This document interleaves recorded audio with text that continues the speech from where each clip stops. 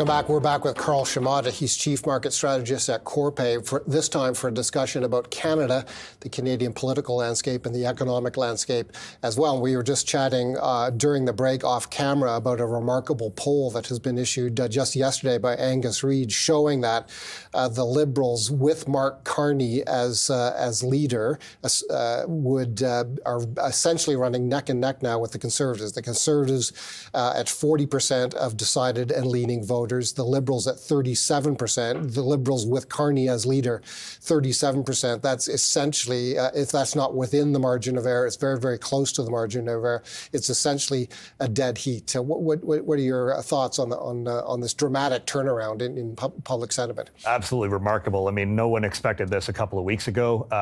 The interesting thing I think that's playing out here is that there's almost a revulsion among Canadians. They're feeling, how shall I put it, anti-Donald Trump at this point. And that has meant that there's, a pivot in opinion in terms of who they want to support. They don't want anything that looks Trump-like here in Canada, and that is, giving the Liberals some room to breathe here. The other, I think important factor here is just the fact that Mark Carney has that background, right? He has that background in public policy, running the Bank of Canada, running the Bank of England, working on the private sector side.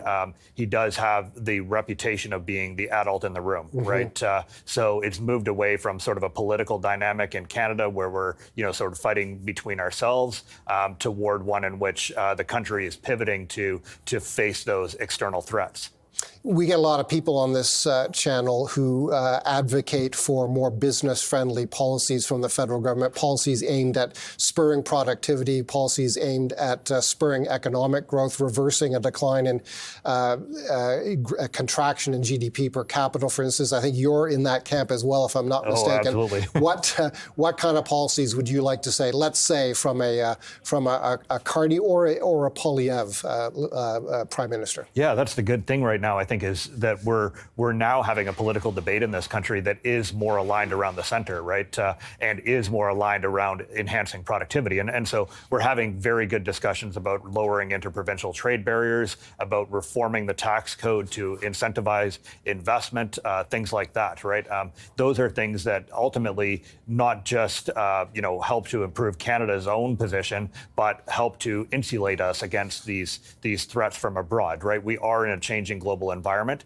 Canada can no longer, sort of afford to ride the coattails of previous governments in years past. We now have to pivot away from focusing on housing investment and to becoming more productive, to doing innovative, business and growing our global markets, right? So I do think that both sides are talking about better ideas than they have in a long time, and they also are very likely under either government to have a stronger mandate to actually pursue those.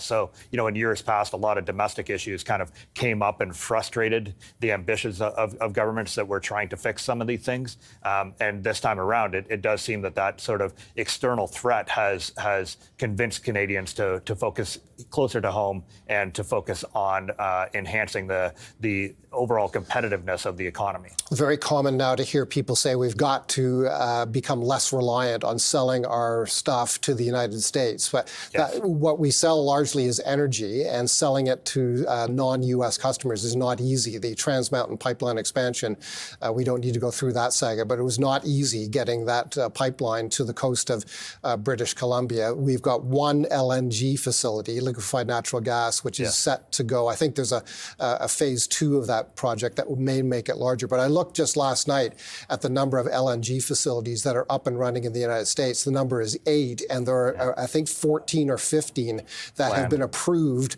but not yet constructed. So what are your thoughts on energy? How realistic is it, is my question, for us to export a significant portion of our oil or natural gas to non-U.S. buyers? I think it's fairly realistic. It is a good long-term objective, but at the same time, it is long-term. It's not something that's going to deliver huge benefits overnight. And I would say as well that we're focusing a lot on export markets, but the reality that I think a lot of Canadians aren't necessarily aware of is that we take, sort of the non-value-added product out of, the ground out west. We ship it to the U.S.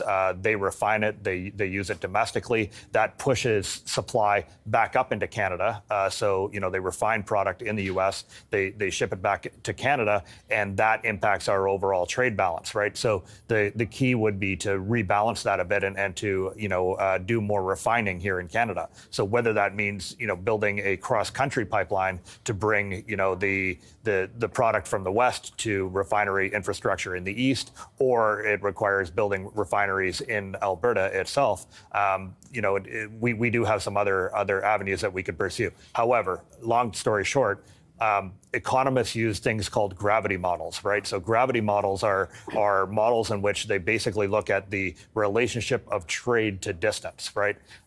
And empirically, if you go back through, like literally through tens of thousands of years, if you look at trade between, various parts of the world, the trade is dictated by how close things are. It's that simple, right?